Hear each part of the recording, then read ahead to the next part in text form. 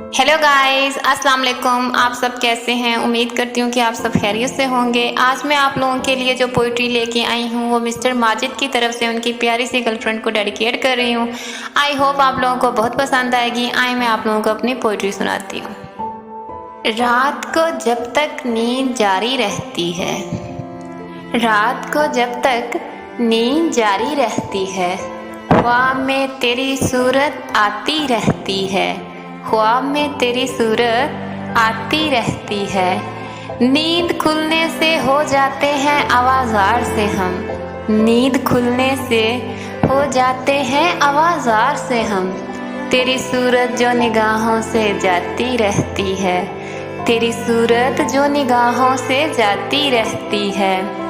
जब से तूने मीठी मीठी बातें की हैं, जब से तूने मीठी मीठी बातें की हैं, मेरी होश उड़ी उड़ी सी रहती है, मेरी होश उड़ी उड़ी सी रहती है।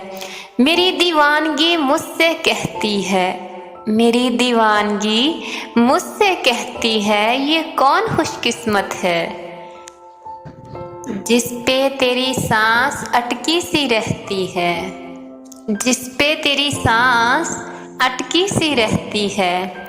अब उसके बगैर मैं तुम्हारे जिस्म में नहीं रह सकती, अब मैं उसके बगैर तुम्हारे जिस्म में कैद नहीं रह सकती।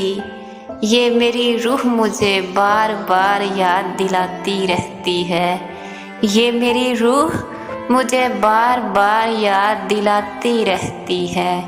रात को जब तक नींद जारी रहती है, ख्वाब में तेरी सूरत आती रहती है।